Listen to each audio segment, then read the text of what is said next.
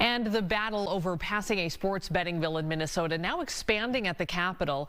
Horse tracks are the last major opposition. And as our Corin Hoggard explains, there's now a second lane challenging their business. The odds of Minnesota legalizing sports betting seem to be shrinking.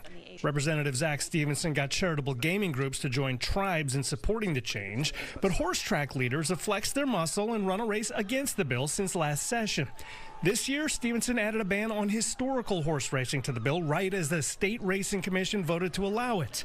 He says it's more like random slots than racing. It is not intended to change anything about actual horse racing in Minnesota. On Monday, Stevenson pushed the ban to a standalone bill, along with a ban on electronic card games at tracks. He says instead of a traditional table with one dealer, it's a dealer, digital images, and up to 11 players on 3 tables at once, rendering meaningless the state law limiting the number of tables. Leaders at Blaine's Running Aces call it unsportsmanlike conduct, and they feel targeted. Over half of our revenue would be impacted by this bill, and maybe more. Spending at horse tracks has dropped after the legalization of sports betting at tribal casinos in other states. The House bill offers Running Aces in Canterbury Park a total of $625,000 from an expected $40 million a year in sports betting revenue. The Senate bill gives them $3 million to split. But Tracy Wilson says they'd only support sports betting if they get a bigger share, $5 or $6 million just for Running Aces.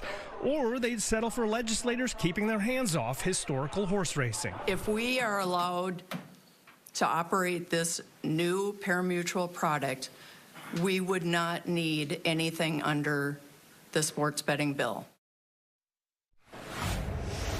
The House is in session behind me right now, and then that committee hearing will pick up once again. But one thing to note is that Representative Stevenson says the state should probably review all of its gambling regulation because a racing commission approved both historical horse racing and those digital card games as well.